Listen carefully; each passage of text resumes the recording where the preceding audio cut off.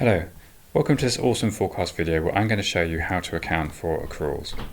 This is useful when services are incurred during the year but are not invoiced or paid for until later in the year. To start, go to the accounts page. Now I'm going to assume an example where IT costs and professional fees are going to be dealt with the accruals functionality. So I'm going to change the classification to accruals for each. I'm happy with the VAT rate of 20%, but for simplicity I've changed the payment terms to 0 for each. Next we need to define when the invoice arrives, and I'm going to assume that my IT costs invoice arrives annually in March, and the professional fees are billed every 6 months starting in December. Next we need to enter how much the payments are.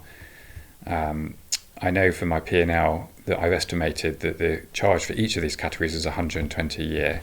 So I'm going to enter 120, which is excluding VAT, for IT costs, and I'm going to enter 60 every 6 months for professional fees to make up the total of 120. Next, go to the accruals page and just open the control panel and refresh the page, and then close the control panel just to condense your categories and makes it easier to use. Enter your opening accruals for the start of the year. Now I know that my opening accrual for IT costs is 90, but there is no accrual for professional fees. And once you've done that, Awesome Forecast is able to calculate your accruals correctly and allocate the correct cash flow. So to show you how it does it, let's look at IT costs. We know the brought forward accrual was 90. The P&L charge every month is 10. We get invoiced annually in March for 120. So if we look at what happens to the accrual each month, it starts off at 90. In the first month we add 10 to it. Second month we add another 10, so it goes up to 110. And in the third month we've added another 10 to it, but we've been invoiced 120, so the accrual goes to 0.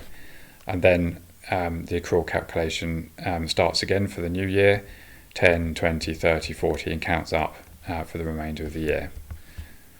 For professional fees, we started at 0, we added 10 per month, so the accrual counts up from 10 month 1 to 20, 30, 40, 50, and then in month 6 we get invoiced 60, which takes the accrual down to 0, and then the accrual begins to count up again in subsequent months.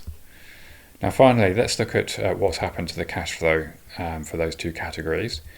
So if we go to the cash flow page, we know that all overheads are covered in this line, supplier payments. So to see the detail of that, we just need to go into trade creditors, and if we scroll down to the section called supplier payments and scroll down to IT costs, we can see that the annual payment of 120 is entered in March, but it includes the VAT, so it's 144.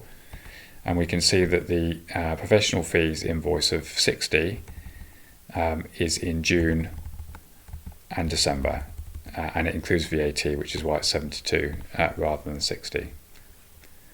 And that's your accruals finished. Thank you for watching.